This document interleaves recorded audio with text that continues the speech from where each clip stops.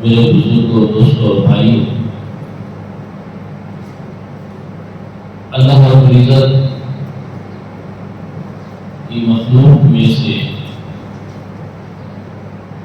کچھ اس کے پیارے اور محبوب بندے بھی ہیں جن سے اللہ رب العزت پیار کرتا ہے اور وہ اللہ رب العزت سے پیار کرتا ہے۔ اللہ رب العزت جب اپنے بندوں سے پیار کرتا ہے اور مخلوق میں سے جن کو اپنا پیارا بنا لیتا ہے تو ان کا پروٹوکول دوسرے لوگوں سے مختلف ہو جاتا ہے۔ حدیث پاک میں ہے کہ جب اللہ رب العزت کسی بندے سے پیار فرماتے ہیں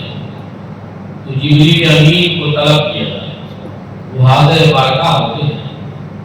اللہ رب العزت ارشاد فرماتے ہیں کہ دنیا پر جاؤ اور جا کر اعلان کرو کہ فلاں بندے سے ہم نے پیار کیا، اس کو اپنا محبوب بنا لیا۔ جبریل امین دنیا پر آ کر اعلان کرتے ہیں اور پھر واپس حاضر بارگاہ ہوتے ہیں تو اللہ رب العزت ارشاد فرماتا ہے کہ اب آسمان دنیا کے اوپر گرا کہ ہم نے فلاں بندے کو اپنا محبوب بنا لیا، اور اس کا نتیجہ پھر یہ ہوتا ہے جبریل کی اعلان کہ زمینوں آسمان کے اندر سرکش جنوں اور انسانوں کے علاوہ تمام مخلوق کے دل اس بندہ مومن کی طرف میل، اس کی محبت ان کے دلوں میں آ جائے، ایک پیار اور الفت کا رشتہ قائم ہو جاتا ہے۔ اور یہ انتظام خداوندی اللہ رب العزت کی طرف سے پھر مخلوق میں سے انسانوں کے علاوہ جو چیزیں ہیں وہ تو ان کو پہچانتی بھی ہیں اور ان کی اطاعت بھی کرتی ہیں، ان کی بات بھی سنتی ہیں اور اس پر عمل بھی کرتی ہیں۔ اس سلسلہ میں اور یا اللہ کے صالحین امت کے بہت سے واقعات موجود ہیں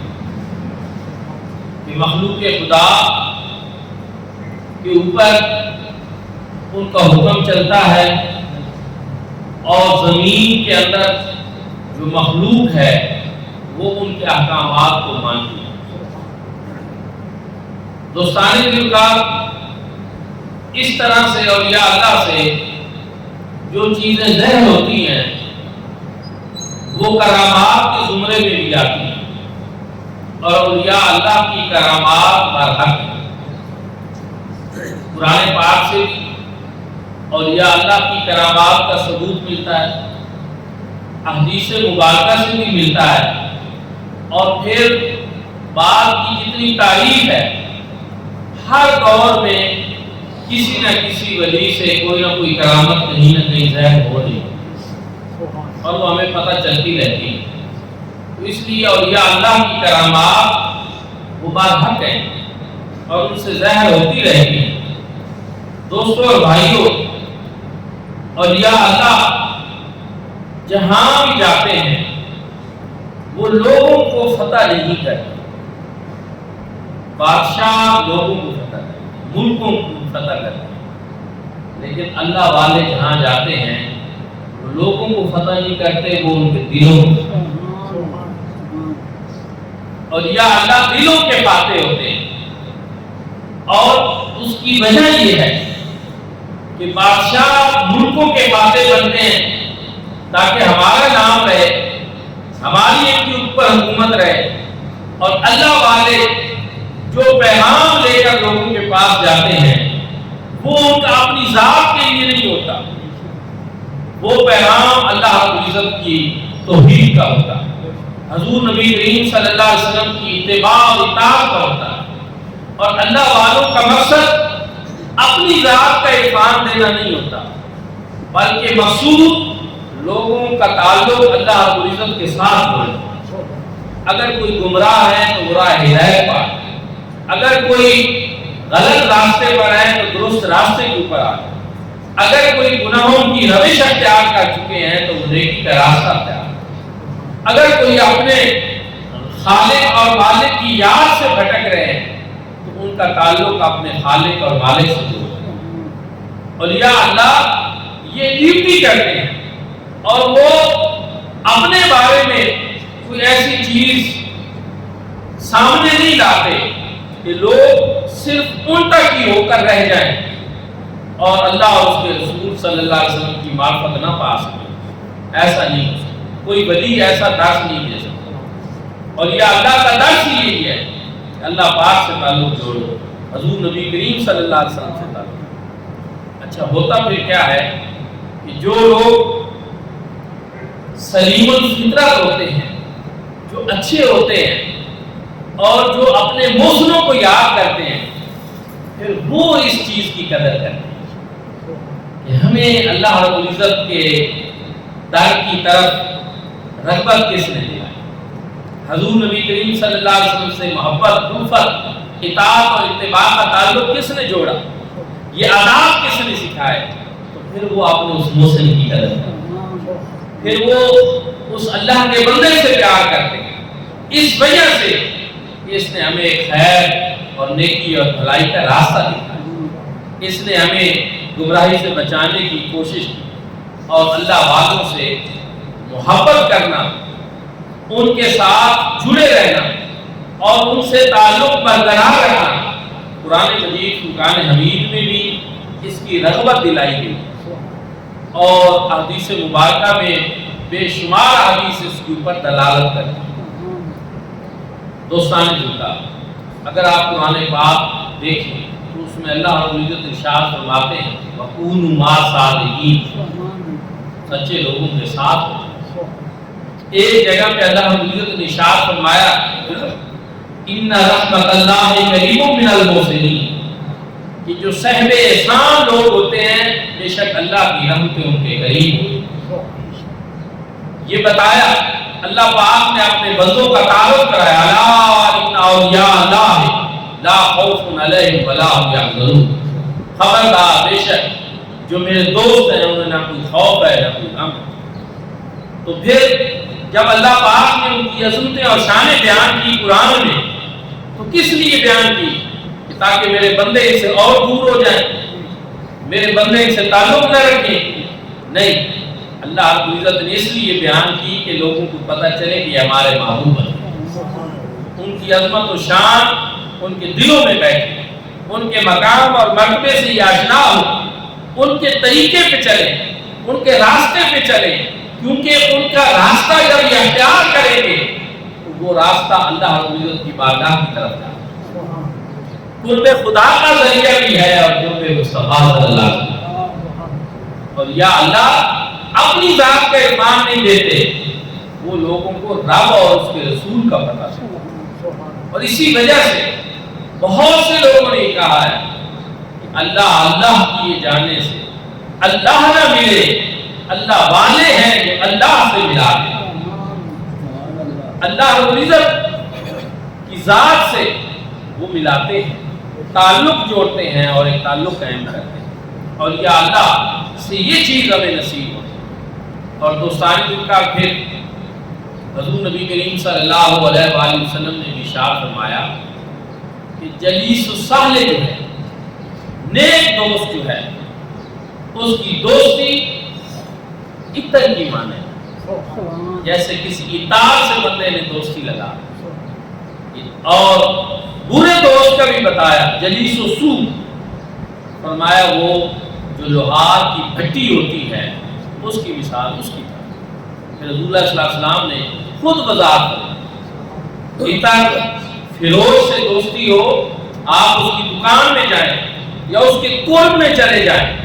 تو آپ کو وہ خوشبو دے یا نہ دے، آپ اس سے خوشبو لیں یا نہ لیں، لیکن آپ کو اس سے خوشبو پہنچ جائے، ضرور فائدہ پہنچے گا۔ مطلب یہی ہے کہ اس کی اچھائی کی خوشبو آپ تک پہنچ جائے گی۔ اور برے دوست سے بچیں، اس کی دوستی سے بچیں، اس کے تعلق سے بچیں، کیونکہ جو لوہار کی بھٹی ہوتی ہے جب اس کو گرم کرتا ہے اس سے چنگاریاں نکلتی ہیں، اور وہ کپڑوں کے اوپر پڑ جاتی ہے تو وہ کپڑوں کو یہ جلا کر راکھ کر دیتی ہے، یا اگر وہ دھوئیں کی صورت میں بھی پہنچے تو داغ لگا دیتی ہے، کوئی نہ کوئی نقصان ہو ہی جاتا ہے نہ چاہتے ہوئے بھی۔ تو اس لیے برے شخص کی دوستی سے بچیں اور نیک اور صالحین کی دوستی اختیار کریں۔ اور ایک اور حدیث پاک میں حضور نبی کریم صلی اللہ علیہ وآلہ وسلم سے ارشاد فرمایا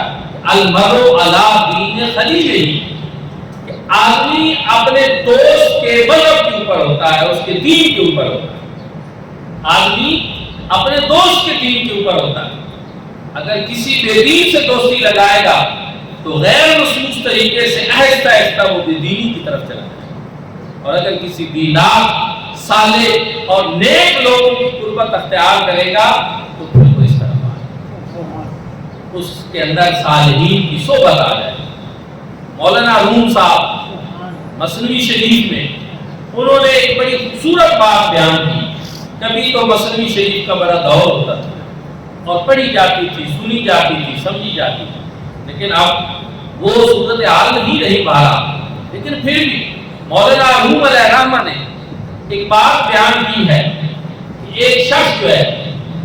اس نے دیکھا کہ ایک مرتبہ مٹی سے خوشبو آ رہی، اس نے مٹی سے پوچھا کہ مٹی تیری تو خصوصیت یہ نہیں ہے کہ تجھ سے خوشبو آ رہی، تیرے اندر سے یہ خوشبو کیسے آ رہی؟ اس نے آگے سے جو جواب دیا کہ جمال ہم نشی در من اثر کرتا ہے وگرنہ من ما حاکم کے ہستم۔ ان کا میں ایک مدت ایک پھول میرے اوپر رہا ہے اور اس پھول کی نشست میرے اوپر رہی ہے، مدت با گلے نشستم، ایک پھول کی میرے اوپر جو ہے وہ کچھ ایسا کچھ مدت جو ہے میرے اوپر نشست رہی اور اس کی وجہ سے میں مٹی ہوں، لیکن میرے اندر اس پھول کی تاثیر آ گئی، اس کی خوشبو آ گئی۔ اور جمال ہم نشی در من اثر کر،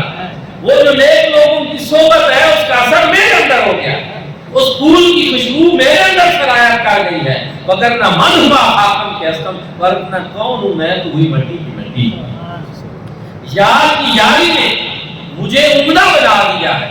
اللہ والوں کی صحبت اسی طرح ہوتی ہے کہ جب وہ کسی نیک انسان کی انسان صحبت اختیار کرتا ہے تو پھر ان کے فیوز و برکات نصیب ہو، ان کی آلات اللہ بنا لیتا ہے، تو اس سے پیدا ہوتا ہے۔ اللہ رب العزت کے قرب کے کئی ذریعے اللہ کے نیک لوگوں سے ملتے ہیں۔ اور قرآن پاک میں اصحاب کہف جو اولیاء اللہ کے ان کا ذکر موجود ہے، لیکن اس کے ساتھ ساتھ ایک ایسے جانور کا ذکر موجود ہے کہ جو بظاہر ناپاک جانور ہے اور جس کا نام لینا کوئی اتنا پسندیدہ نہیں ہے، لیکن ان کا اس جانور کا تذکرہ قرآن پاک میں اللہ پاک نے کہ بھائی وہ بھی تھے میرے دوست جو اصحاب کہف تھے، لیکن صرف وہ نہیں تھے، وَقَلْبُهُمْ بَاسِطٌ ذِرَاعِهِ بِالْوَسِيلِ، ان کے ساتھ ان کا کتا بھی تھا جو اپنے بازو پھیلائے ہوئے وہاں پر ان کی چوکھٹ پہ بیٹھے۔ عجیب بات ہے، اللہ رب العزت کے دوست وہ تھے، یار تو اصحاب کہف تھے، تذکرہ ان کا مقصود تھا، لیکن نہیں، ان کے ساتھ نسبت ہو گئی ہے جانوروں میں سے بھی وہ جس کو کتا کہتے ہیں، کہ اگر وہ جانور پانی پی لے کہیں سے تو آپ وہاں سے پانی نہیں، ایک نجس جانور ہے، ناپاک ہے، لیکن اللہ والوں کی صحبت کی برکت کی وجہ سے اس کو یہ مقام اور مرتبہ دیا۔ قرآن میں اس کا ذکر بھی آ گیا اور اس کی تلاوت بھی آ گئی۔ تو یہ کون سی چیز ہے جس نے ایک جانور کو اتنا قیمتی بنا دیا؟ وہ اللہ والوں کی صحبت اور نسبت، ان کے دروازے پہ اس کا بیٹھنا اور ان کے ساتھ تعلق جوڑنا۔ تو پیغام تو ہے اس میں، دعوت ہے اس میں، دعوت فکر ہے اس میں کہ تم بھی کسی اللہ والے کے ساتھ جڑ جاؤ، تم بھی اللہ کے کسی نیک بندے کے ساتھ لگ جاؤ۔ وہ کسی بزرگ نے کہا تھا کہ میں نیک تو نہیں ہوں، لیکن خدا بندہ تیرے نیک بندوں سے میں محبت کر رہا ہوں۔ حضرت ابراہیم بن ادم کا بھی بڑا وہ مشہور ہوا، حضرت ابراہیم بن ادم کوئی عام ہستی نہیں ہے، مشائخ چشت اہل بہشت کے بادشاہ، ان کے پاس دنیاوی بادشاہی تھی، اس کو ٹھوکر ماری اور اللہ والوں کے راستے پہ چل پڑے۔ ایک رات سوئے ہوئے تھے، فرشتہ آیا، پوچھا کن لوگوں کے نام لکھ رہے؟ کہا میں ان لوگوں کے نام لکھ رہا ہوں جو اللہ پاک سے محبت ہے۔ کہا میرا نام ہے؟ کہا آپ کا نام۔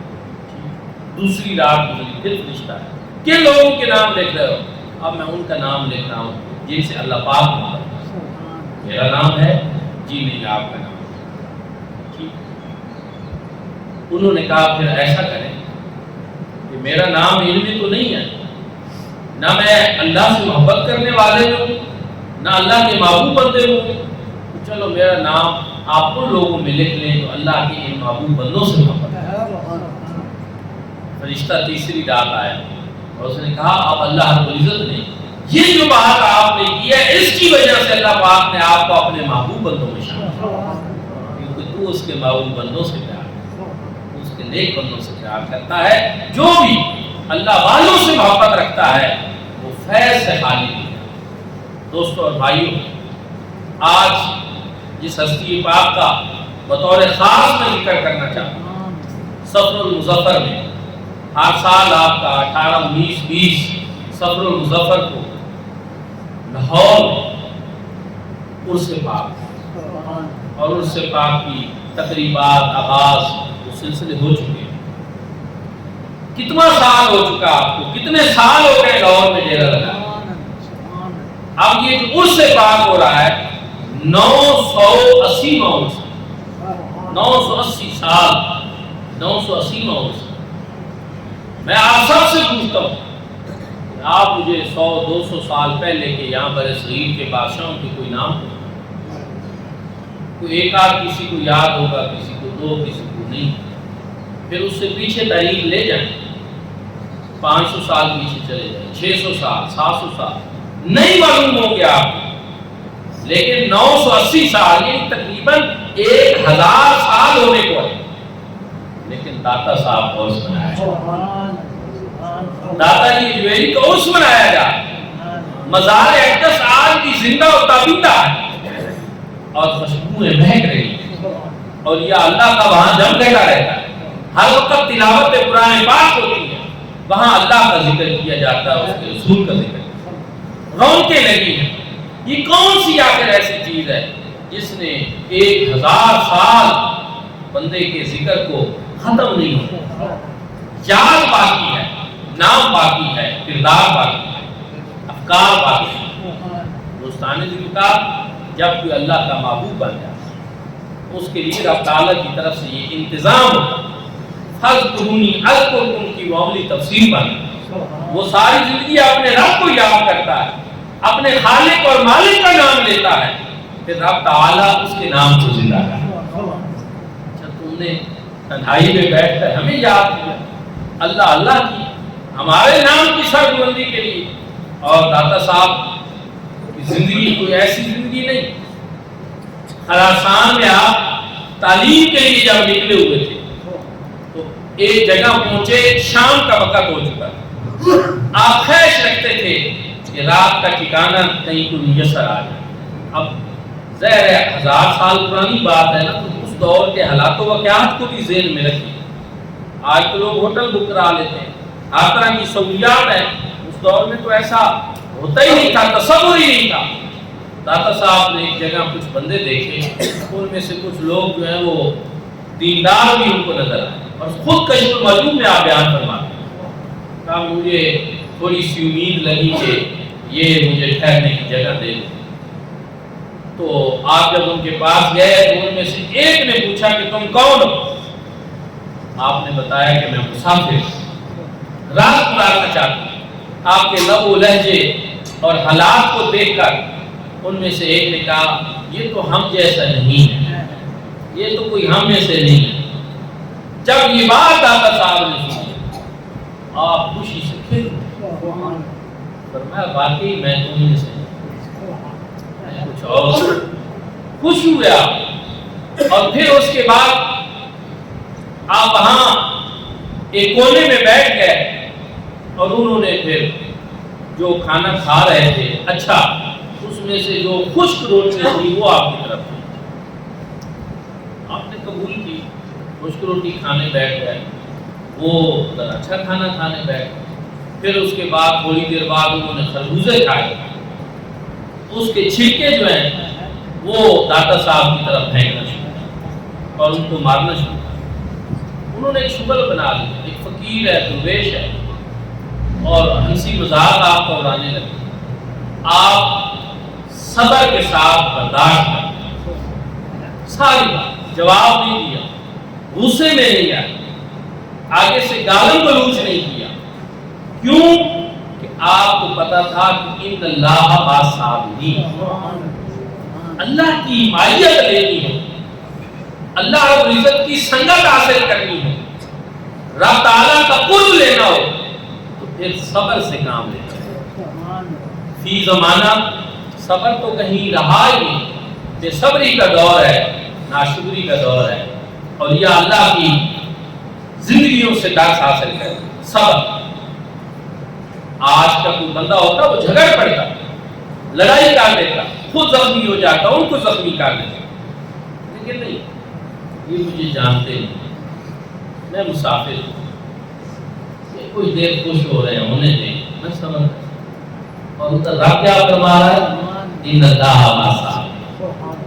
میں تو صبر کرنے والا ہوں۔ تکلیفیں تو وہ دیتا ہے، آزماتا بھی ہے، پریشانیاں بھی آتی ہیں، لیکن اللہ رب العزت فرماتے ہیں میں صبر کرنے والا ہوں۔ آزمائشیں یہ ضروری ہیں، مال کے ذریعے آزما لیتا ہے، اولاد کے ذریعے آزما لیتا ہے، جانوں میں کمی کر کے آزما لیتا ہے، مالوں میں کمی کر کے آزما لیتا ہے، لیکن آخر پہ فرماتا کیا ہے؟ وبشر الصابرین، خوشخبری صبر کرنے والا، ان اللہ مع الصابرین، میں صبر کرنے والوں سے۔ داتا صاحب نے یہ کشف المعدوم میں اپنا واقعہ خود بیان کیا، اور پھر اس کے بعد آپ 10 ممالک میں جن میں عراق، شام اور حجاز مقدس میں تشریف لے گئے علم دین سیکھنے کے، 10 ممالک کا سفر، آج سے سینکڑوں سال علم دین کے اصول کے لیے داتا صاحب 10 ممالک کا سفر۔ آپ غور کریں کہ آج ایک آدھ مدرسے کا بندہ چکر لگا لے تو وہ بندہ تو سمجھتا ہے کہ میں بحر العلوم ہو گیا اور علمی خمار چڑھ جاتا ہے، لیکن 10 ممالک کا آپ نے علم دین کے لیے سفر کیا اور علم دین آپ نے حاصل کیا۔ دوستانی کا پھر اس کے بعد آپ 30 سال شہر لاہور کے اندر تشریف فرما، 30 سال کا عرصہ ہے جو شہر لاہور میں آپ تشریف فرما رہے ہیں، اور مورخین کا کہنا یہی ہے کہ لاہور میں سب سے پہلی مسجد جو ہے اس کی بنیاد داتا صاحب ہے، اور وہاں لوگوں کو مشرف با اسلام کی طرف بلایا اور لوگوں کو دین کی طرف بلایا۔ ایک اور چیز، لوگ داتا صاحب کے مزار پہ چلہ کشی کرتے ہیں، لیکن اس کا بھی ایک میں آپ کو بتا دوں کہ داتا صاحب خود چلہ کشی کرنے کو بڑا پسند فرماتے ہیں۔ آپ فرماتے ہیں میں ایک مرتبہ شام میں موضع رسول پشتہ عشق رسول حضرت بلال حبشی کے مزار پہ حاضر ہوں، اور وہاں میں نے حاضری کی، اور وہاں میں رات کو سو گیا تو میں نے خواب میں دیکھا کہ حضور نبی کریم صلی اللہ علیہ وآلہ وسلم موقع معظمہ میں تشریف فرما، اور وہاں حضور نبی کریم صلی اللہ علیہ وآلہ وسلم ایک ضعیف اور پورے شخص کو اٹھائے ہوئے اور اس کو سہارا دی۔ تو میں نے کریم آقا علیہ السلام کی قدم بوسی کی، اور میرے دل میں یہ خیال آیا کہ یہ خوش قسمت کون ہے جس کو کریم آقا علیہ السلام نے اٹھایا ہوا ہے اس بوڑھے کو اور سہارا دیا ہوا ہے، آخر یہ کون ہے؟ میرے دل کی یہ کیفیت حضور علیہ السلام جان گئے اور فرمایا تم یہ پوچھنا چاہتے ہو کہ یہ کون ہے؟ تو میں تمہیں بتاتا ہوں،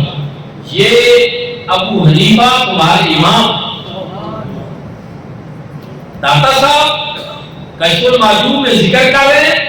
اپنی کیفیت بیان کر رہے ہیں کہ میں کہاں حاضر ہوا، حضرت بلال حبشی کے مزار، وہاں خواب دیکھا اور اس میں میں نے دیکھا کہ رسول اللہ صلی اللہ علیہ وسلم ایک پورے کو سہارا دیے ہوئے ہیں اور اٹھائے ہوئے ہیں اس کو، اور وہ کون ہے؟ وہ امام اعظم، امام الائمہ نعمان بن ثابت، امام اعظم ابو حنیفہ، جن کے آپ بھی مقلد ہیں اور میں بھی مقلد ہوں، اور جن کا داتا علی حجویری بھی مقلد ہے، جن کے خواجہ اجمیری بھی مقلد ہیں، جن کے حضرت سلطان مہو بھی مقلد ہیں، جن کے حضرت بابا فرید بھی مقلد ہیں، اور پوری دنیا کے جتنے مسلمان ہیں ان میں سے آج بھی 70% مسلمان جو ہیں وہ امام اعظم ابو حنیفہ کے مقلد ہیں، حنفی مسلمان۔ آج اس بات کو بعض لوگ تو جو ہے وہ ہمارے لوگوں کو چند احادیث پیش کر کے اپنی مرضی کی اور اپنے معنی اور مفہوم کے ساتھ وہ کہتے ہیں کہ دیکھیں جی یہ والی چیز دیکھ لیں، یہ حدیث میں آپ کا اس پہ عمل نہیں ہے، حالانکہ ان کو یہ پتہ نہیں ہے کہ امام اعظم ابو حنیفہ وہ ہستی پاک ہیں کہ جنہوں نے حدیث کا علم، جنہوں نے دین کا علم براہ راست صحابہ کرام رضوان اللہ تعالی علیہم اور صحابہ کرام کی جن کو صحبت، رفاقت، معیت نصیب ہوئی، زیارت نصیب ہوئی، تابعی ہیں، اور رسول اللہ صلی اللہ علیہ وسلم کی اس بشارت کا مصداق ہے کہ میرے آقا نے ارشاد میں علم اگر سریا تک پہنچ گیا تو فارس، اہل فارس میں سے ایک شخص اس کو وہاں سے بھی حاصل کر ہے۔ تمام محدثین کا اس بات پہ اتفاق ہے، اس سے مراد کوئی اور نہیں جناب امام اعظم ابو حنیفہ، تو دادا صاحب ان کے مقلد، اور آپ فرماتے ہیں کہ میرے دل میں پھر اس سے امام اعظم ابو حنیفہ کی محبت اور زیادہ بڑھی۔ دوستانی کا پھر دادا صاحب بیان کرتے ہیں کہ ایک مرتبہ مجھے ایک مشکل پیش آ گئی، تو میں حضرت شیخ ابو یزید کے مزار پہ گیا، وہاں حاضری دی، تو اس حاضری کی وجہ سے میری وہ مشکل آسان ہوئی۔ پھر فرماتے ہیں کہ جب ایک دفعہ مشکل آسان ہوئی تو پھر ایک اور مشکل آئی، تو پھر میں نے 3 ماہ کا چیلہ جو ہے وہ حضرت شیخ ابو یزید کے مزار پہ،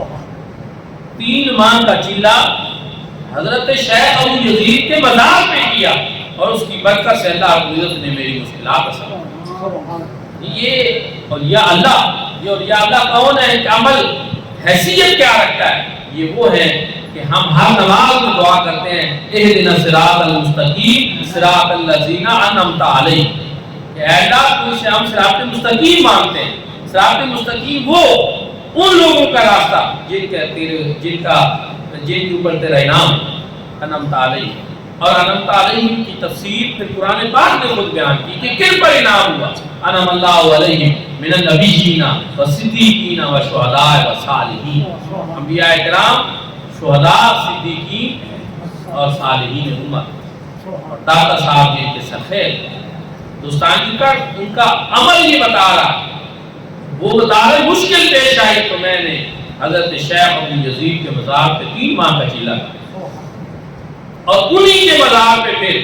داتا حجویری کے مزار پہ چشت اہل بیت کے تاجدار حضرت خواجہ خواجہ حضرت خواجہ معین الدین چشتی اجمیری نے چیلہ، اور پھر جب چیلہ کیا اور جب آپ کو داتا صاحب کی برکت سے حصول خیر ہوا اور داتا صاحب نے بھی نوازا، اللہ اور اس کے رسول کی بارگاہ سے انعامات کی بارش بھی ہوئی، تو پھر اس کا اظہار کیا، گنج بخش فیض عالم مظہر نور خدا ناقصاں را پیر کامل کاملہ را۔ داتا صاحب کا اپنا نام تو علی بن عثمان حجویری ہے، حسنی سالات میں سے ہیں، لیکن جو آپ کے حوالے سے حضرت خواجہ خواجہ نے لوگوں کو بتایا وہ آپ کے نام سے زیادہ مشہور ہے، آج لوگ زیادہ اس کو جانتے ہیں، داتا گنج بخش علی ہے، گنج بخش فیض عالم مظہر نور خدا، کہ آپ پورے ایک عالم کو فیض کے خزانے بخشنے والے اور اللہ رب العزت کے نور کے مظہر، ناقصاں را پیر کامل، اگر کوئی ناقص چاہے تو اس کے لیے پیر کامل آپ ہی کی ہے، اور اگر کوئی کامل پہنچ جائے کاملہ رہنما تو اس کی رہنمائی بھی آپ فرماتے ہیں۔ وہ داتا علی میری وہ ہستی پاک 980 ماہ سے پاک اب آپ کا وہاں لاہور میں شروع ہو رہا ہے۔ ہندوستانی کا صدیاں گزر گئی، لیکن آج بھی اللہ کے نیک بندے کی حکومت دلوں کے اوپر جو ہے اٹھا۔ انگریز وائسرائے آیا اور وہ اپنی ڈائری لکھتے تھے، اور انگریز حکومت برطانیہ کو یہاں کے حالات سے باخبر رکھتے تھے، تو انگریز وائسرائے نے جو ہے وہ ڈائری لکھی اور اس نے کہا کہ وہاں ہم نے تو یہ دیکھا ہے کہ لاہور میں ایک بادشاہ موجود ہے اور اس کی حکمرانی چل رہی ہے، اور وہ بادشاہ کوئی اور نہیں، وہ داتا جی حجویری ہیں جن کے لوگوں کے دلوں کے اوپر حکومت کرتے ہیں۔ اور وہاں وائسرائے بھی آدمیاں دیتے رہے، وقت کے بادشاہ بھی وہاں پہ ہوتے رہے،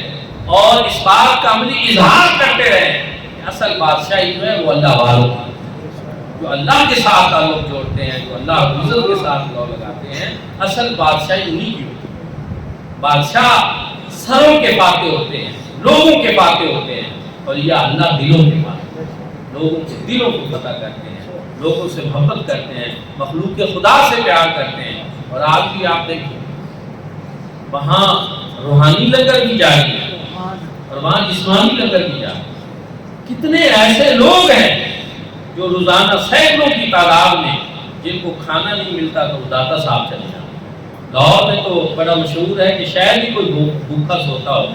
کہیں اور سے کھانا ملے نہ ملے، داتا کا لنگر 24 گھنٹے۔ اور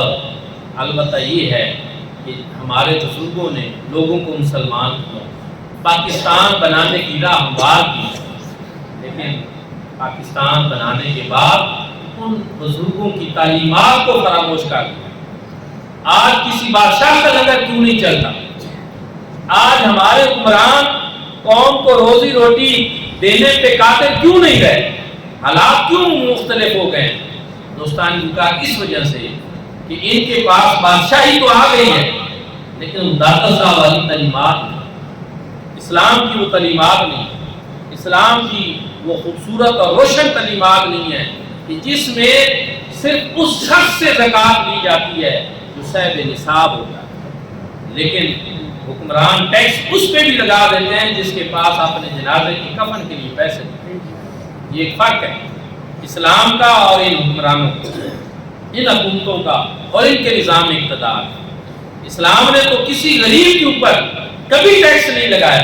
بلکہ غریب پروری کے لیے نظام زکوٰۃ رائج کر دیا، صدقات و خیرات کا ایک نظام رائج کر دیا، اور ایک اسلام نے پورا متبادل معاشی نظام دیا کہ جیسے عمر بن عبدالعزیز کے دور میں ایک وہ وقت بھی آیا جب زکوٰۃ دینے والے ملتے تھے لیکن زکوٰۃ لینے والے نہیں۔ اور آج کچھ تو آخر خرابی ایسی ہے، کہیں تو ایسا معاملہ ہے کہ کسی نے کہا تھا جس دور میں لٹ جائے غریبوں کی کمائی، اس دور کے سلطان سے کچھ بھول تو ہوئی۔ اس وجہ سے ہمارے حکمران طبقے کو اللہ رب العزت ہدایت نصیب فرمائے۔ بجلی کے بل آپ دیکھ لیں، اس کے علاوہ مہنگائی آپ دیکھ لیں، حالات اس طرف جا رہے ہیں۔ میں کھلے لفظ میں کہوں گا کہ ساری چیزوں کا واحد حل جو ہے وہ یہی ہے کہ آپ نظام مصطفیٰ حضور نبی کریم صلی اللہ علیہ وآلہ وسلم کی خوبصورت تعلیمات کو اس ملک میں نافذ کریں، رائج کریں، اور دل و جان سے ان کو قبول کریں تاکہ یہاں غریب لوگوں کو بھی کوئی آسرا اور سہارا۔ اللہ رب العزت ہم سب عمل کی توفیق عطا